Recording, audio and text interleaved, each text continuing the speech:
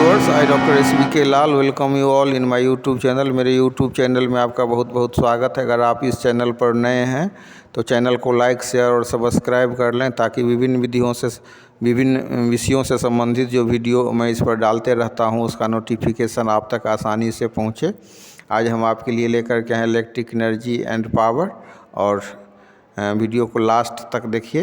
Last में हम चर्चा करने वाले हैं रेसिस्टिविटी और कंडक्टिविटी का। तो आइए सबसे पहले जानते हैं कि what is electric energy. It is the total work done in maintaining an electric current in an electric circuit for a given time. तो जो हमारा गिवन टाइम है उसमें हम इलेक्ट्रिक करंट को मेंटेन करने के लिए जो काम करते हैं, वर्क डन होता है, उसको उसी के रूप में, इसी को हम इलेक्ट्रिक एनर्जी के रूप में, विद्युत ऊर्जा के रूप में डिफाइन करते हैं। तो फिर से इसको सुन लीजिए। It is the total work done in maintaining an electric current in an electric circuit for a given time. अब इलेक्ट्रिक एनर्जी को हम कैसे मैथमेटिकली लिखेंगे? तो electric energy is equal to electric power into time, और we may write W बराबर PT, और P बराबर होता है VI। तो ये हमारा इक्वेशन हो जाएगा PT बराबर VIT। अब इलेक्ट्रिक एनर्जी का यूनिट क्या होता है? जूल। तो हम लिखेंगे W बराबर PT बराबर VIT बराबर I² RT जूल।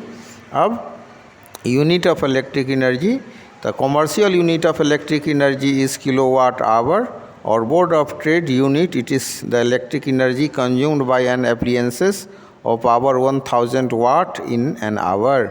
तो जो बोर्ड ऑफ ट्रेड यूनिट है उसके हिसाब से ये हो गया वाट। कितना एक घंटा में कितना वाट कंज्यूम होता है उसके हिसाब से हम इलेक्ट्रिक एनर्जी को, मतलब जो कॉमर्शियल यूनिट को हम डिफाइन करते हैं। अब 1 किलोवाट बराबर होगा 1000 वाट, बराबर हो जाएगा 1000 वोल्ट, बराबर हो जाएगा 3.6 × 10⁻⁶ जूल।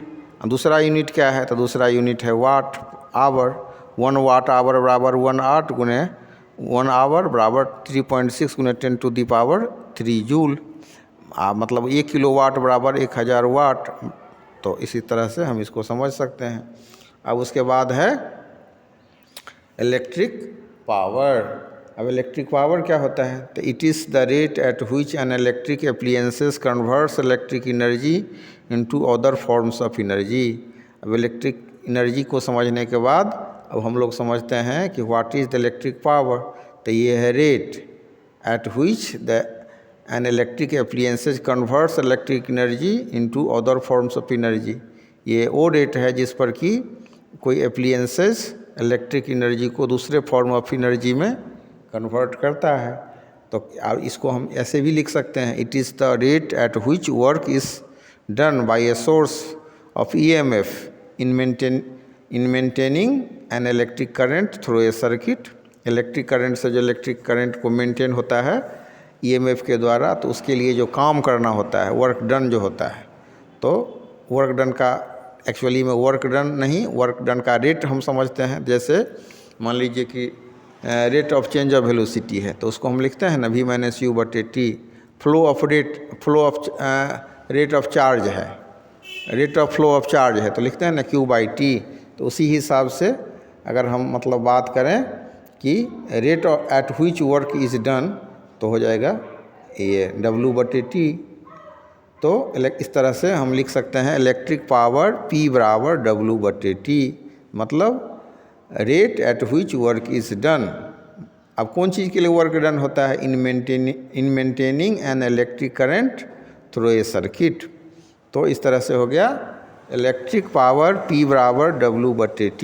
अब W/T को अगर हम लिखें तो हम लिख सकते हैं कि मतलब हम इसको लिख सकते हैं कि P बराबर W/T बराबर VI बराबर I² बराबर V²/R। इसको लिख लेने के बाद और समझ लेने के बाद हम इसका SI यूनिट पर विचार करते हैं। तो SI यूनिट क्या हो जाएगा? तो SI यूनिट हो जाएगा वाट, और 1 वाट बराबर 1 वोल्ट एम्पियर, और 1 वाट बराबर 1 जूल 1 सेकेंड। ठीक है, तो इस तरह से हम इसको समझ सकते हैं। और उसके बाद फिर हम इसको लिखेंगे कि 1 वाट बराबर 1 वोल्ट एम्पियर और 1 किलोवाट बराबर 1000 वाट। इस तरह से हम इसको आराम से समझ सकते हैं। तो सबसे पहले हम लोगों ने जाना इलेक्ट्रिक एनर्जी। इलेक्ट्रिक एनर्जी क्या होता है? It is the total work done in maintaining an electric current in an electric circuit for a given time. ये इसको हम W लिखते हैं फॉर मैथमेटिकली, तो W बराबर I²RT, और अगर पावर की बात होगी तो P बराबर W/I, तो बराबर हो जाएगा V²/R। और फिर अगर हम रेसिस्टिविटी की बात करते हैं तो रेसिस्टिविटी क्या होता है? तो रेसिस्टिविटी जो होता है R जो होता है ना हमारा, ये क्या हम लिखते हैं कि मतलब ये R is proportional to L और R is proportional to L/A। अगर हम R is proportional to L को एक इक्वेशन 1 माने और R is proportional to 1/A को इक्वेशन सेकंड माने, तो इक्वेशन 1 और सेकंड से हम लिख सकते हैं R is proportional to L/A और R is equal to ρ L/A। तो ρ क्या हो गया? ये कांस्टेंट हो गया, जिसको हम रेसिस्टिविटी और स्पेसिफिक रेजिस्टेंस कहते हैं। तो resistivity ρ depends on the nature of the material and on temperature. उसके बाद कंडक्टिविटी की बात करते हैं। तो कंडक्टिविटी क्या होता है? तो the inverse of resistivity of a conductor is called conductivity. Conductivity sigma बराबर 1/ρ। ऐसा यूनिट की बात करें तो mHEm-1। तो इस तरह से हम कंडक्टिविटी को समझ सकते हैं। अब क्या होता है कि रेजिस्टेंस के मामले में हम क्या देखते हैं कि resistance is the property which opposes the flow of the charges. तो इस तरह से अब रेसिस्टिविटी को निकालने के लिए, तो it is the opposition offered by a conductor to the flow of the electric current.